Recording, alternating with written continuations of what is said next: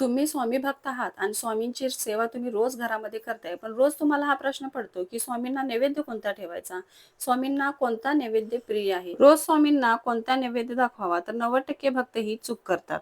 तर स्वामींना रोज फक्त साखर ठेवली की पुरे आहे का? की आणखी काही? आज मी तुम्हाला तुमच्या मनातल्या सगळ्या प्रश्नांची उत्तरे देणार आहे. तर व्हिडिओ स्किप न करता व्हिडिओ पूर्णपणे बघा. स्वागत आहे तुमचं MS10 माझे स्वामी या चॅनलवर. कशा आहात सर्व? मस्त ना? मस्तच राहा आणि स्वामींची सेवा करत राहा. अनेक भक्तांच्या मनात हाच प्रश्न असतो, की स्वामींना रोज कोणता नैवेद्य दाखवायचा? सर्वात महत्त्वाची गोष्ट म्हणजे स्वामींना महागडा नैवेद्य नको असतो, तर श्रद्धा आणि भाव महत्त्वाचा असतो. तरी पण आपल्याला वाटतं, की स्वामींना आज आपण काहीतरी नैवेद्य दाखवावा घरामध्ये.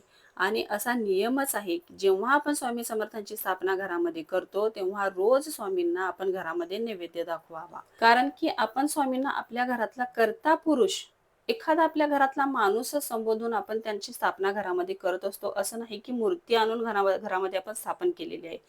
आपलाच घरातला कर्ता पुरुष, आपली आई किंवा आपले वडील किंवा भाऊ किंवा आपले आजोबा असे मानून आपण स्वामींची सेवा करत असतो. तर रोज आपण घरामध्ये त्यांना खायला प्यायला देखील दिलं पाहिजे, याची सुद्धा आपण काळजी घेतली पाहिजे. रोज दिवा अगरबत्ती केला की झालं, असं नाही. स्वामींना नैवेद्यही दाखवलाच पाहिजे घरामध्ये.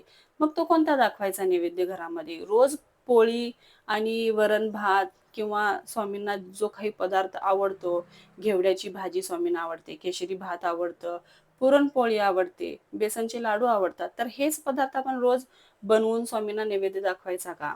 आता बघा, प्रत्येकाची भक्ती ही वेगळी असते, प्रत्येकाची श्रद्धा वेगळी असते आणि ती व्यक्त करण्याची पद्धत देखील वेगवेगळी असते.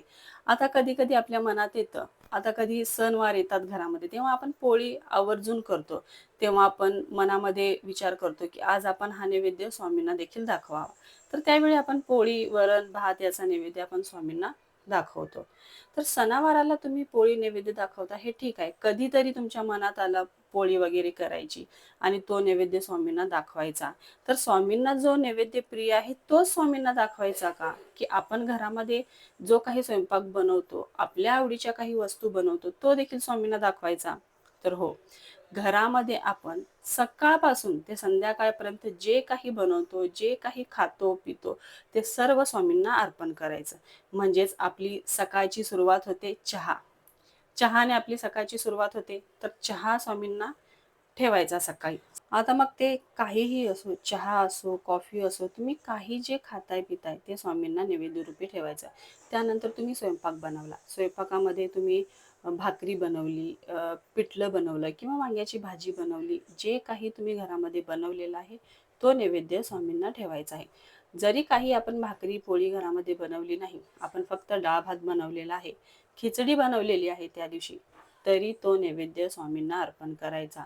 असं नाही की स्वामींना फक्त पोळीच ठेवायची किंवा केशरी भातच स्वामींना आवडतो किंवा भजीच स्वामींना आवडतात, लाडूच अर्पण करायचा आहे, असला नैवेद्य स्वामींना चालत नाही. तर असं काही नाही. आपण घरामध्ये जे काही बनवतो, पिठलं भाकरी जरी तुम्ही नैवेद्यरूपी स्वामींना ठेवली, तरी ते स्वामी गोड मानून खातात.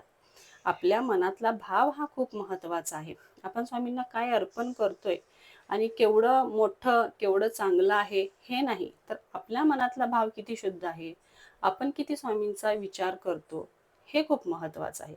आज बाबा आपण रोज-रोज आपण काय बनवतो घरामध्ये, चपाती, भाजी बनवतो. कधी तर आपल्याला वाटलं, की हां, आज स्वामींना काहीतरी गोड पदार्थ आपण जेवू घालायचा आहे. तुम्ही शिरा बनवा, खीर बनवा.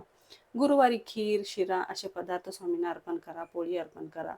लाडू बेसनचे बनवून स्वामींना अर्पण करा. पण रोज घरामध्ये जे काही बनतं, ते सगळ्यात आधी स्वामींना नैवेद्य दाखवायचा आणि मग आपण ग्रहण करायचा. असा विचार करायचा नाही, की हा पदार्थ आम्ही बनवलेला आहे आणि हा स्वामींना कशा पद्धतीने मी नैवेद्य दाखवू याचा. तर जे काही बनवते त्याचा नैवेद्य स्वामींना दाखवायचा आणि मग बाकीच्यांनी ते खायचं. आता कधी-कधी काय होतं, सकाळी डबे वगैरे किंवा कामावर जाणार असाल, तर आपली खूप धावपळ होते स्वयंपाकाची, डबे बनवायचे असतात. त्यावेळी आपल्याला काय होतं, नैवेद्य दाखवणं गडबडीत जमत नाही. त्यावेळी काय करायची, सगळ्यात पहिली जी भाकरी किंवा चपाती तुम्ही बनवताय, ती बाजूला काढून ठेवायची. स्वामींसाठी थोडी भाजी बाजूला काढून ठेवायची आणि मग डबे वगैरे आपले भरून घ्यायचे. तो स्वामींना नैवेद्य तुमचा बाजूला काढायचा आणि नंतर तो ताट तयार करून स्वामींना नैवेद्य रूपी दाखवायचा. पहिली भाकरी किंवा पोळी जे काही बनवताय त्यावरती भाजी हे बाजूला काढून ठेवायची. मग तुमचे डबे वगैरे काही आहे ते भरायचे आणि मग तो नैवेद्य नंतर तुम्ही जेव्हा पूजेसाठी स्वामींच्या जवळ बसणार आहात तेव्हा तो स्वामींना दाखवायचा. तर अशा पद्धतीने देखील तो नैवेद्य स्वामींपर्यंत पोहोचतो. आवडीने तुम्ही काहीही बनवून स्वामींना नैवेद्य ठेवा. ज्यूस ठेवा, चहा ठेवा, कॉफी ठेवा, इतर काही फळे ठेवू शकता. काहीच जर जमलं नाही, तुम्ही कुठेतरी बाहेर जाणार आहात, तर खडी साखर ठेवा स्वामींना, फक्त प्लेन दूध ठेवा. अशा पद्धतीचा नैवेद्य रोज स्वामींना घरामध्ये अर्पण करायचा आहे. असा विचार करत बसायचा नाही, की आज काय बनवू? आज तर काही गोड बनवायलाच नाही. आज काय बनवायचं? फक्त प्लेन दूध ठेवा स्वामींसाठी किंवा खडीसाखर ठेवा त्या दिवशी. काही फळे असतील तर फळे ठेवा स्वामींना. आता आपली नैवेद्य ठेवण्याची एक पद्धत असते. नैवेद्य आपण काय करतो? ताट भरतो आणि स्वामींच्या समोर ठेवून देतो. तर अशा पद्धतीने जर तुम्ही नैवेद्य स्वामींना अर्पण केला, स्वामी तो नैवेद्य ग्रहण करत नाही. कशा पद्धतीने मग स्वामींना नैवेद्य ठेवायचा? तर सर्वात आधी पाण्याचा एक चौकोन तयार करायचा आणि त्या चौकोनावरती आपला भरलेला जो ताट आहे तो ताट त्यावरती ठेवायचा.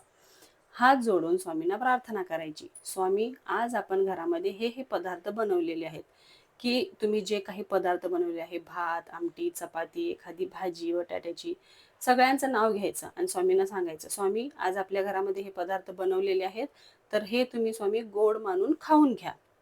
असं म्हणायचं. 3 वेळा त्या ताटाच्या बाजूने पाणी फिरवायचं आणि स्वामींना प्रार्थना करायची आणि 5 मिनिटं, एक 10 मिनिटं, जास्तीत जास्त 10 मिनिटं थांबायचा. तो नैवेद्याचा ताट तसाच स्वामींच्या समोर ठेवायचा आणि मग जेव्हा आपण तो ताट उचलणार, तेव्हा परत हात जोडून स्वामींना प्रार्थना करायची. स्वामींना विचारायचं, स्वामी, कसं बनलंय जेवण? तुम्हाला आवडलंय ना स्वामी? तुम्ही जेवलेलं उष्ट आम्ही प्रसाद रूपी सर्वजण खातो. असा हात जोडून स्वामींना प्रार्थना करायची. आपल्या मनातलं बोलायचं, की स्वामी, जेवण कसं बनलेलं आहे? तुम्हाला आवडलं आहे ना? तुम्ही खाल्लेलं उष्ट आम्ही प्रसाद रूपी घरातले सगळे खातो. असं सांगून मग तो ताट उचलायचा आणि मग घरातल्यांनी तो प्रसाद खायचा. तर अशा पद्धतीने स्वामींना नैवेद्य ठेवायचा एक नियम आहे. नैवेद्य कशा पद्धतीने स्वामींना आमंत्रण द्यायचं, स्वामींना विनंती करायची, याची सुद्धा एक पद्धत आहे. स्वामी जेव्हा अक्कलकोटात होते, तेव्हा स्वतः हाताने देखील स्वामी खात नव्हते. सुंदराबाई त्यांना भरवत होत्या. सारखं त्यांना आग्रह करत होत्या, स्वामी दूध पिऊन घ्या, स्वामी खाऊन घ्या. तर अशा पद्धतीने स्वामींचे लाड होत होते. तेव्हा ना आपण काय करतो? ताट भरतो आणि स्वामींच्या समोर ठेवून देतो. तर हात जोडून स्वामींना प्रार्थना करायची. असं समजायचं, की आपल्या घरातलाच एक व्यक्ती आहे. आपल्या समोर बसलेला आहे, मूर्ती नाही ती. आपल्या घरातलाच व्यक्ती आहे आणि आपण त्याच्याशी बोलतोय, संवाद करतोय. जर अशा पद्धतीने तुम्ही स्वामींना बोलवलं, स्वामींना जेवणाचा साठी आग्रह केला, तर नक्कीच स्वामी तुमचा तो प्रसाद ग्रहण करणार. आणि किती जरी तुम्ही खूप काही केलं, खूप महागडे पदार्थ आणून ठेवले, खूप काही गोड बनवलं, तरी त्या गोष्टीला काही अर्थ राहत नाही. फक्त तुम्ही चटणी भाकरी जरी स्वामींच्या समोर ठेवली आणि तुम्ही आग्रहाने स्वामींना विनंती केली खाण्याची, तरी देखील स्वामी ते गोड आवडीने आपले नैवेद्य खात असतात.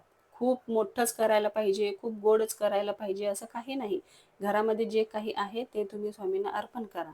आणि सकाळी जर फक्त चहा जरी तुम्ही स्वामींना ठेवला, सकाळी जर तुमच्या हाताने गडबडीने काही होत नसेल, तर फक्त तुम्ही चहा पिणार आहात ना, तो तुमचा चहा पहिल्यांदा स्वामींना ठेवायचा, अर्पण करायचा आणि मग तुम्ही तो चहा घ्या. तर मी ही सकाळी पूजेसाठी बसताना कॉफी केली होती, तर ती मी स्वामींना पहिल्यांदा अर्पण केली. तेवढ्यात आमची चिमुकली आली. तिने देखील स्वामींची पूजा, सेवा केली. स्वामींना ती कॉफी ग्रहण नैवेद्य दाखवल्यानंतर परत मी ती ग्रहण केली. म्हणजेच मी पिली ती कॉफी. एवढी अप्रतिम टेस्ट लागते स्वामींना ठेवलेल्या नैवेद्याची. खूप वेगळी टेस्ट लागते. तुम्ही एकदा अशा प्रकारे करून बघा. तुम्हाला खूप चांगले अनुभव याचे येतील. आणि असं वाटतं ना, की घरामध्ये आपल्या एक प्रकारचा महाप्रसादच तयार झालेला आहे असं आपल्याला वाटतं. जो काही स्वयंपाक तुम्ही घरामध्ये बनवताय, तोच पदार्थ तुम्ही स्वामींना नैवेद्यरूपी ठेवा. स्वामी नक्कीच ते ग्रहण करतात आणि तुमच्यावर कृपादृष्टी देखील कायम स्वामींची राहील. तर आजचा व्हिडिओ इथेच थांबवते. आजचा व्हिडिओ तुम्हाला कसा वाटला नक्की कमेंट करा. व्हिडिओ आवडला असेल तर चॅनलला लाईक, शेअर आणि सबस्क्राईब करा. श्री स्वामी समर्थ.